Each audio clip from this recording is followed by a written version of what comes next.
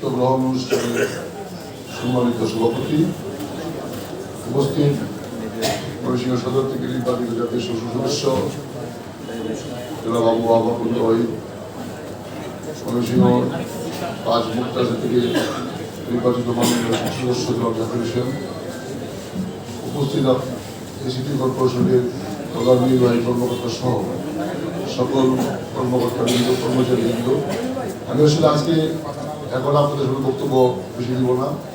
প্রথমে শুকরিয়া আদায় করছি মহান রাব্বুল আলামিনের। আজকে দিনটি একজন রাজনৈতিক কর্মী হিসাবে যিনি আমাকে আস্থা রেখেছেন, শুকরিয়া করি বাংলাদেশ সরকারের মাননীয় প্রধানমন্ত্রী জনাব তারেক রহমানের প্রতি। আমরা একদম অনেক যোগ্যতর লোকজন উপস্থিত আছেন।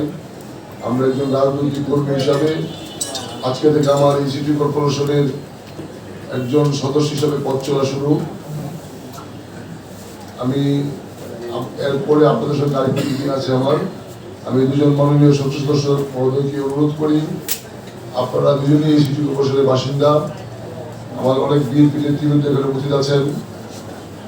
আমি চেষ্টা করব, আসলে আমি আমার জায়গা থেকে যতটুকু পারা যায় একজন রাজনীতির চেষ্টা করব। আপনাদের মাননীয় সংসদ সদস্য মহোদয় যদি আমাকে সহযোগিতা করবেন আমি আশা করি। আমি গতকালকে মাননীয় প্রধানমন্ত্রীকে বলেছি যে আমার এই শহরে অটো ছাড়া কিছু নেই, দয়া করে আমাকে কিছু দেন, আমি মানুষের উন্নয়নের জন্য কিছু করতে পারবো। উনি আমাকে আশ্বস্ত করেছেন। ঈদের পরে উনি আমার কাছে একটি ফাইল চেয়েছেন, আমি কি করতে চাই বলেছেন, আমি স্পেশাল টেক কেয়ার করবো। আর আজকে বক্তব্য লম্বা খবর আপনারা অনেক কষ্ট করে এসেছেন, আমি সকলের প্রতি কৃতজ্ঞতা প্রকাশ করি, ধন্যবাদ জানাই। যারা বিভিন্ন ওয়ার্ডের দায়িত্ব পালন করছেন, সম্মানিত অফিসারবৃন্দ, আপনাদের প্রতি কৃতজ্ঞতা রইল।